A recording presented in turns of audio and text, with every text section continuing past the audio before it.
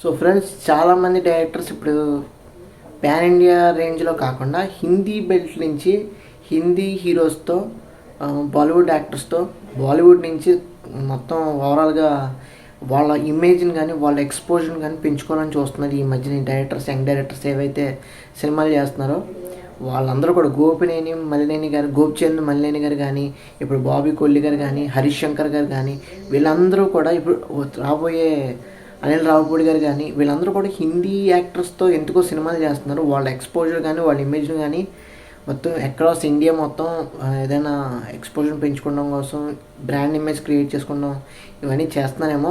Maybe ఇవన్నీ చేసినా కానీ వెనకాల ఏమైనా ఉద్దేశం ఉన్నా కానీ డెఫినెట్గా మా డైరెక్టర్స్ అయితే నెక్స్ట్ లెవెల్లో అయితే మనకి ఇంటర్నేషనల్ లెవెల్లో ఎలివేట్ అవ్వబోతున్నారు. మన తెలుగు సినిమా అనేది నెక్స్ట్ లెవెల్లో ఉండబోతుంది.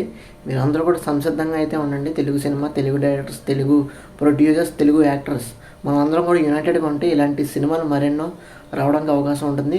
మరీ ముఖ్యంగా ఇప్పుడు అప్డేట్ ఏంటంటే మన బాబీ కొల్లి గారు హృతిక్ రోషన్ గారితో ఒక సినిమా స్టోరీ అయితే చెప్పడం జరిగింది. అది ఆయనకు కూడా నచ్చడం జరిగింది. మేబీ అన్నీ కుదిరితే మటుకి మైత్రి మూవీ మేకర్స్ వాళ్ళు ఈ సినిమాకి ప్రొడక్షన్ అయితే ప్రొడ్యూస్ అయితే చేయబోతున్నారు. సో అది ఓవరాల్గా అప్డేట్ అయితే మీకు నచ్చితే తప్పకుండా మన ఛానల్కి సబ్స్క్రైబ్ చేసుకోండి.